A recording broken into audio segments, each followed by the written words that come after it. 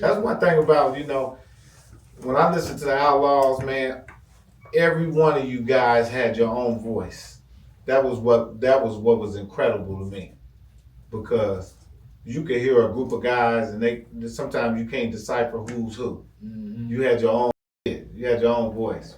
When E.D. popped up, I knew that was E.D. When Gaddafi, I knew that was Gaddafi. When there was, Kastro, I knew the sound. Y'all all had a different sound. Mm-hmm. That's why I always say it. I said, boy, Pac, he was incredible grabbing those guys. And I love that y'all was from Jersey. I love that he was like, y'all was from different places, like, because they couldn't put their finger on it. Mm-hmm. And it was speaking from some street shit. By the time y'all got to California, they was like, what the f? Because the East Coast was just so totally different when it came to the streets. Yeah.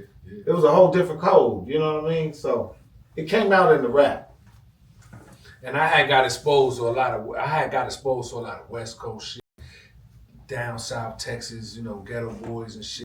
When I left New York, because a lot of my partners was from Chicago, and they was listening to Too Short. They was listening to, like I said, the Ghetto Boys. Yes. And, a lot of that, and so that opened my world up to a whole nother style of hip hop that I wasn't even exposed to. You was all New York, bro. I was all New York. I was listening to Big Daddy Kane, KRS-One, and all them. Right. You know what I mean? And you couldn't tell me nothing about them. And then I hear Too Short. You said them ways talking about the police. I remember I brought that first NWA tape back to New York, and Kastro Daddy, rest in peace, Uncle TC, man. He said, cut that shit off, all that goddamn cursing. Don't play that in my house. We had to sneak and listen to it because he didn't.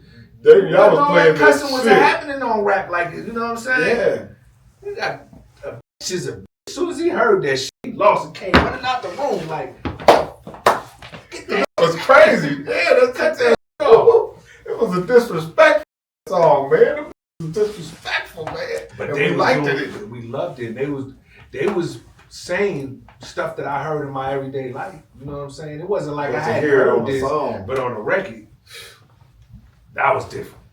That wasn't, you know what I mean? Yeah. We jumping all over the place because, like I said, man, we just like to sit around and talk. And this is an interview, but it's more like a conversation. So don't expect it to be all formal and questions because sometimes we just y'all listening to two real brothers talk some good shit. Music, life, family, everything. 100%. But I got to go back to Indiana because I seen something real dope that you was doing.